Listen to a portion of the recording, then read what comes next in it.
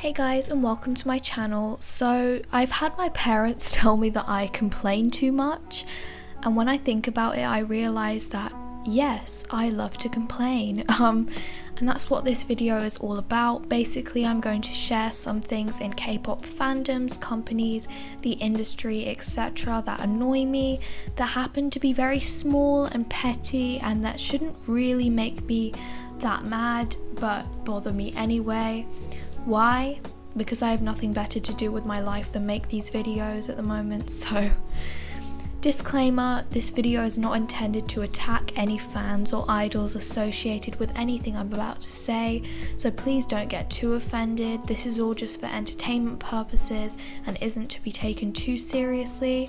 Anyway, without further ado, let's get into it.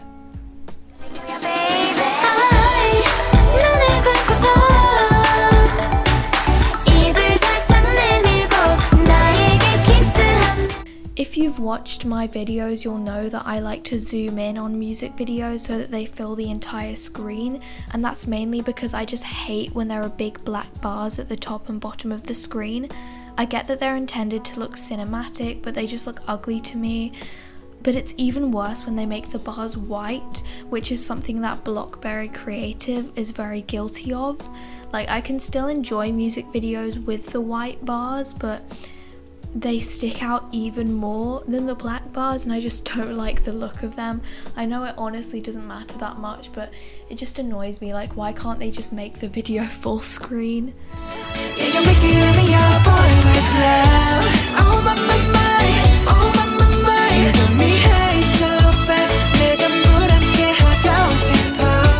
I think it's okay if a fan finds an idol cute or whatever and says, oh my god, they're such a baby, as like a joke, but sometimes it goes a little bit too far and it just makes me cringe. Like, I'm always hearing fans comment, oh, he or she's so small, I bet they don't even know how babies are made. And it's just like, bruv, this person you're talking about is a literal adult. A good example of this would be when a fan brought a baby bonnet to give to Jungkook from BTS, like at a fan sign, and he clearly did not look very comfortable wearing it because, surprise surprise, he's a grown man. And it's just so cringy to me when fans act like their idols are 2 years old. Like, even if the idols act cute or they do cute concepts or whatever, that's still not an excuse to literally treat them like a baby to that extent. You're so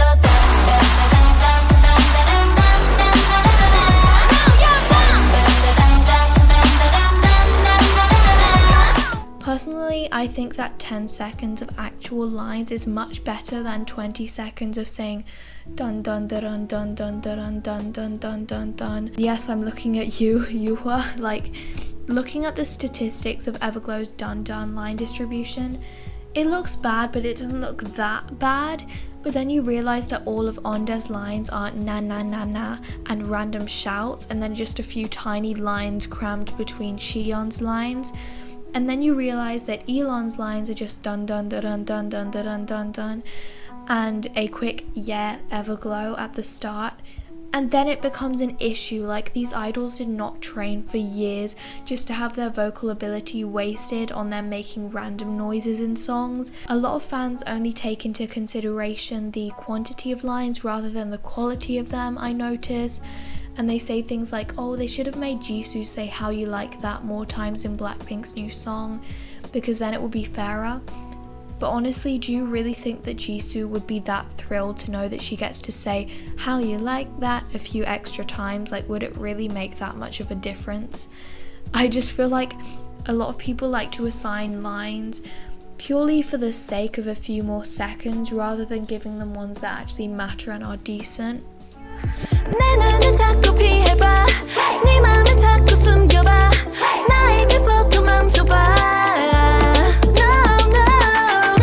I like Twice Is More and More, but I feel like they basically gave us half of the song before it even came out.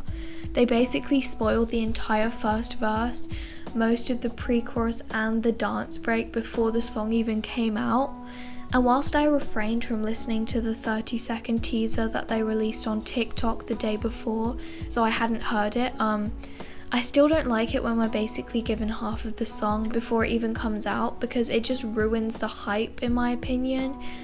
And the chorus, which was one of the few parts that they didn't reveal, was kind of disappointing in my opinion, so...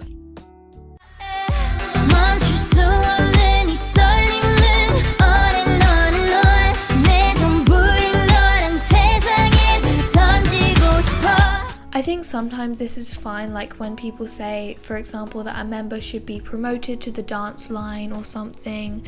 But sometimes it bothers me when people say that one member should replace another in a main or lead position. I've heard quite a lot of people say that Jisu should be the main vocalist of Blackpink instead of Rosé. And whilst I definitely love Jisu's voice, as it's very unique and I love how deep and husky it is, and there is no doubt that she is extremely vocally talented, and she's also arguably the most stable member on stage and probably has stronger stability than Rosé. But I think way too many K-pop stans think that stability is a direct indicator of vocal talent, and that's just not true. If you watch any videos where trained singers rank Blackpink based on vocals, you'll see that Rosé always has that #1 spot. And you also have to understand that the positions were assigned within YG, which is obviously a K-pop entertainment company, so it specializes in training idols and has people working within it that know stuff about singing. So I think it's fine if you personally prefer Jisu's vocals over Rosé's, but from a technical aspect, that doesn't necessarily mean that she has better vocals than her. And this is just one example of many cases like this.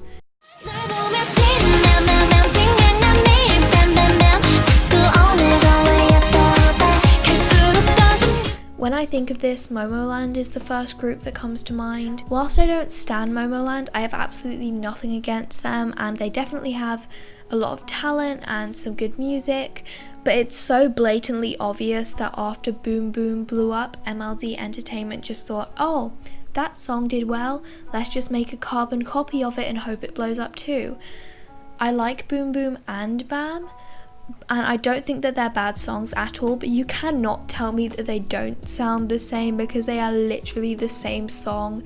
Like, I've seen unpopular opinion videos where people are like, oh yeah, they don't even sound that similar, but like, who are you kidding? That they do, they literally sound the same.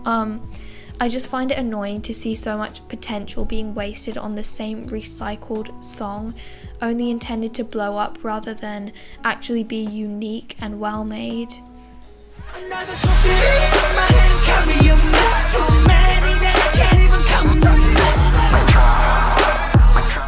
I swear to God, if I hear another American interviewer ask BTS who they want to collaborate with, I will literally throw myself out the window. Seriously though, I'm so tired of hearing the same things being asked every single interview, and I know for a fact that I'm not alone in that. Also, that Ellen interview, a lot of memes came from it, which is a good thing, but like the whole thing felt so awkward. Like, she seriously asked, have you ever hooked up with any of your fans? Like, why would you ask that? Have you ever gotten together, hooked up with any of the army? We are doing it right now. No, you know what I mean. Not.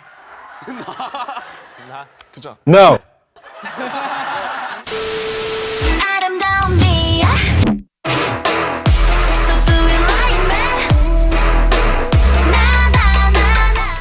I know that literally everyone is putting this in their videos, but I had to say it. Don't get me wrong, sometimes a beat drop is done really well and it sounds good, for example, in the following songs.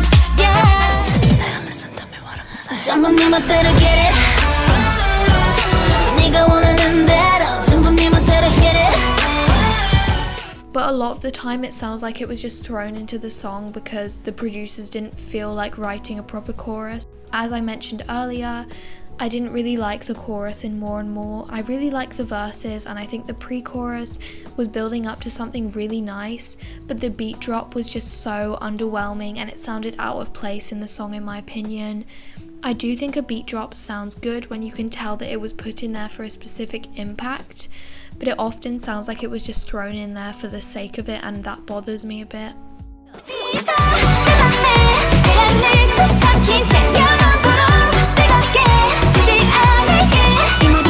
I know this isn't just a K-pop thing, but why is it that no one ever actually talks about the song and the comeback in the comment sections of music videos?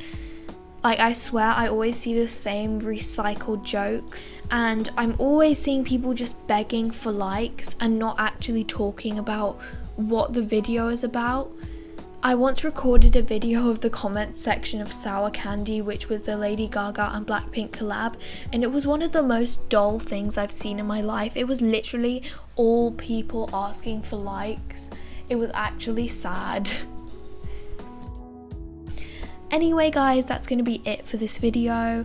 I just wanted to make it because I thought it would be fun. Feel free to leave your own K-pop pet peeves in the comments section below, as I'm very nosy and I would love to hear them. As always, thanks so much for watching and I'll see you guys next time. Bye!